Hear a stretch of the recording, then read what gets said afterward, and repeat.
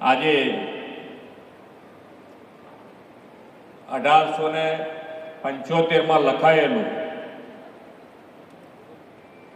વંદે માતરમ ગાનની 150 વર્ષ પૂર્ણ થયા છે અને એ 150 વર્ષ પૂર્ણ થયા છે ત્યારે આજે મોદી સાહેબના માર્ગદર્શનમાં આખા દેશમાં એની ઉજવણી થઈ છે અને આ ઉજવણી આપણે પણ ગુજરાતમાં આપણા સચિવાલય કમ્પાઉન્ડમાં વિધાનસભાની સામે આપણે પણ એની ઉજવણી કરી છે।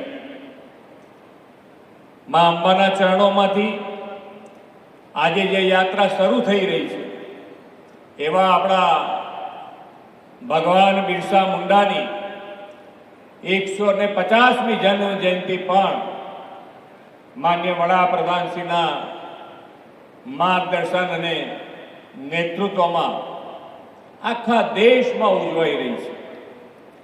સાથે સાથે આ વખતે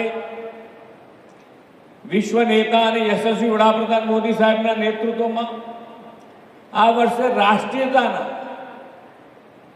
ગૌરવ ગાન માટેનું આખું વર્ષ છે અને એ વર્ષ હોય ત્યારે સરદાર પટેલની 150મી જન્મ જયંતિ પણ આજે ઉજવણી થઈ રહી છે આ વર્ષમાં। સાથે સાથે વાજપેયીની જન્મ શતાબ્દી અને બંધારણના અંગીકરણના 75 વર્ષની પણ ઉજવણી થઈ રહી છે। ભગવાન બિરસા મુંડાએ દેશની આઝાદી માટે અબુઆ દિશુમ અબુઆ રાજ એટલે કે આપણો દેશ આપણો રાજનો મંત્ર આપ્યો। તેમણે અંગ્રેજોના અન્યાય સામે અવાજ ઉઠાવ્યો, સૌ આદિવાસીઓને એક કર્યા અને જળ જમીન અને જંગલ માટે ઉલગુલાન સંઘર્ષની ક્રાંતિ આંદોલનની શરૂઆત કરાવી હતી। આઝાદીની લડતમાં અગ્રેસર રહેતા આદિવાસી બાંધવોને અમૃત કાળમાં ભારતની વિકાસ યાત્રામાં ભાગીદાર બનાવવાનું કામ આદરણીય વડાપ્રધાન શ્રી નરેન્દ્રભાઈ મોદીના નેતૃત્વમાં થઈ રહ્યું છે। સ્વતંત્ર વીર ભગવાન બિરસા મુંડાની જન્મ જયંતિએ જનજાતીય ગૌરવ દિવસ તરીકે ઉજવવાની નવી પરંપરા આપણા વડાપ્રધાનશ્રીએ શરૂ કરાવી છે।